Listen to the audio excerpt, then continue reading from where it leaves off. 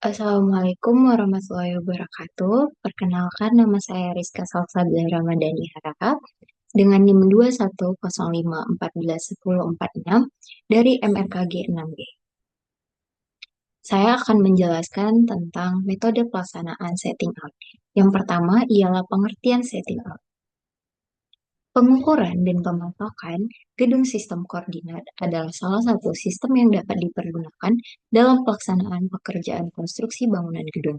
Pada pelaksanaan pengukuran dan pematokan dengan menerapkan sistem ini harus berdasarkan data ukuran panjang dan lebar yang akurat sesuai dengan dokumen gambar kerja, gambar rencana, gambar dana ruang, dan gambar dana operasi. Dan pengukuran dan pematokan sistem koordinat hanya dapat diterapkan pada bangunan gedung, blocking, dan coupling perumahan dengan bentuk ruang siku-siku. Untuk menerapkan sistem koordinat, alat ruang yang digunakan adalah teodolit manual, teodolit digital, atau teodolit total station TS, dengan ketelitian bacaan sudut satuan detik. Pada pelaksanaan sistem ini, juru ukur dapat melakukan pekerjaan pengukuran dan pematokan titik-titik as gedung sesuai dengan ukuran yang ada pada gambar kerja. Alat dan bahan pelaksanaan setting out. Bahan yang digunakan ialah alat tulis dan kertas HPS. Alat yang digunakan theodolite total station yang berfungsi untuk menentukan tinggi tanah dengan sudut horizontal dan sudut vertikal. Yang kedua adalah water pass yang berfungsi untuk mengukur perbedaan ketinggian antara dua titik atau lebih. Yang ketiga adalah ramp ukur berfungsi untuk menentukan beda tinggi dan mengukur jarak. Yang kemudian adalah meteran berfungsi untuk mengukur kedalaman panjang dari suatu benda. Yang kelima adalah kayu patok berfungsi untuk menjadi pembatas lahan. Yang keenam benang berfungsi untuk menjadi pembatas. Kemudian langkah-langkah dalam pengerjaan setting out. Yang pertama, dalam waktu 1 atau 2 minggu setelah terbit SPMK, kontraktor harus memberitahukan kepada direksi secara tertulis bahwa kontraktor sudah siap melaksanakan WITZ. Yang kedua, direksi kemudian menyusun satu tim untuk mengadakan pengawasan pekerjaan WITZ yang terdiri dari petugas proyek yang berpengalaman dalam survei pengukuran.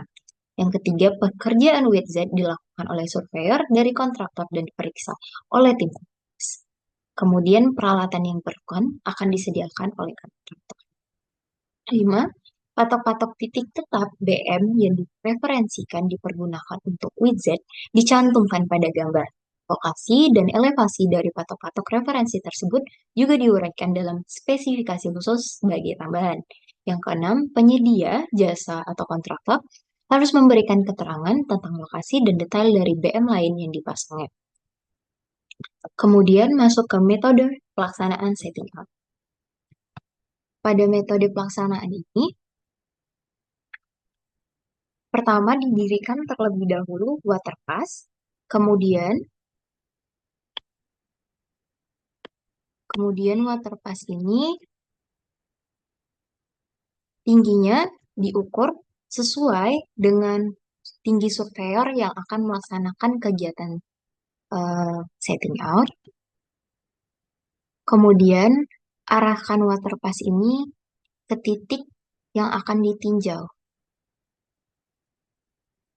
Nah, berikut ini yang ditampilkan adalah rambu.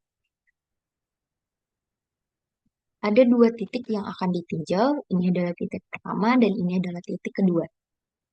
Nah, nanti eh, yang bekerjanya akan melihat titik pertama.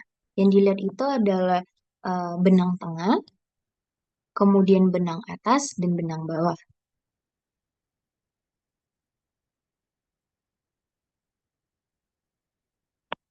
Setelah dilakukan pembacaan di benang tengah, benang atas, dan benang bawah, kemudian surveyor melakukan pada sisi yang satunya lagi.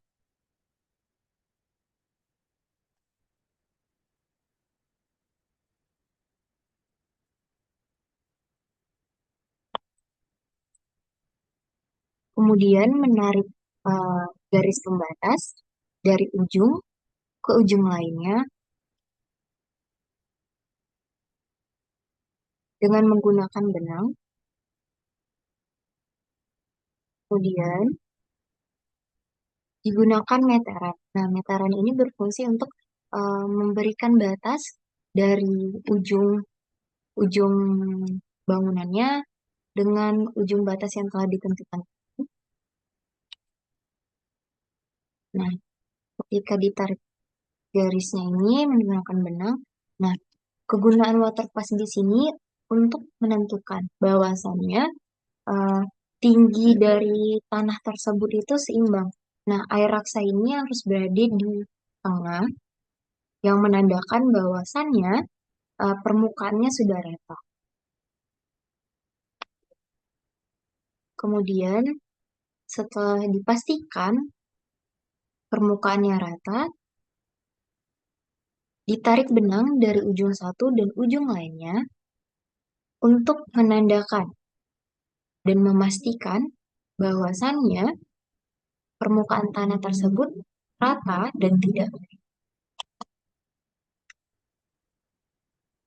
Kemudian tenaga kerja. Tenaga kerja yang digunakan dalam kegiatan setting out ini yang pertama adalah surveyor. Tugas surveyor adalah untuk mengumpulkan informasi atau data secara langsung ke lapangan dengan menggunakan berbagai macam alat.